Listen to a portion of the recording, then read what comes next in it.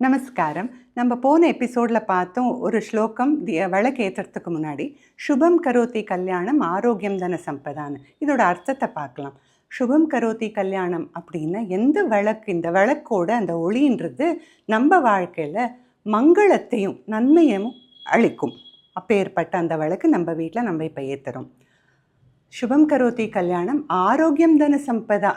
எந்த விளக்கு, எந்த ஒளி நம்ம வாழ்க்கையில் ஆரோக்கியத்தை கொடுக்குமோ, எல்லா விதமான பிரச்சனையும் நீக்குமோ, தனசம்பதா எது நம்மளுக்கு அந்த தனம் அப்படின்றது கொடுக்கும், நிறைய செழிப்பு கொடுக்குமோ அந்த விளக்கு.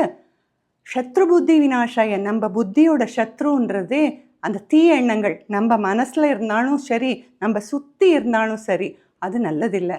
அந்த தீய எண்ணங்கள் எது அழிக்குமோ அப்பேற்பட்ட அந்த ஜோதிக்கு நான் வணங்குறேன் அப்படின்னு இது சொல்கிறா. என்ன, நான் விளக்கேற்றச்சு என்னமோ போனோம் சுவாமிகிட்ட ஒரு விளக்கேற்றிட்டு வந்தோம் அப்படின்னு இல்லாமல், இதை சொல்லிட்டு இதோட அர்த்தத்தை ஏன் சொல்கிறோம் அப்படின்னு புரிஞ்சுட்டா நம்மளுக்கு தெரியும். இது ஏற்றுறதுனால நம்மளுக்கு இந்த வழக்குன்றது எவ்வளோ நன்மைகள் கொடுக்க போகிறது. நம்ம சுற்றி எப்பயும் செழிப்பாக இருக்கும், எப்பயும் ஆரோக்கியமாக இருக்கும். யாருக்கு ஆரோக்கியம் வேணாம்? ஆரோக்கியமாக இருக்கும். இந்த தீய எண்ணங்கள் நம்ம சுற்றி இருந்தாலும் சரி, நம்ம உள்ளேயே இருந்தாலும் சரி, எல்லா விதமான தீய எண்ணங்கள் போய் எல்லாரும் ரொம்ப நன்னா இருக்கணும் அப்படின்றது தான் இந்த ஸ்லோகத்தோட அர்த்தம்.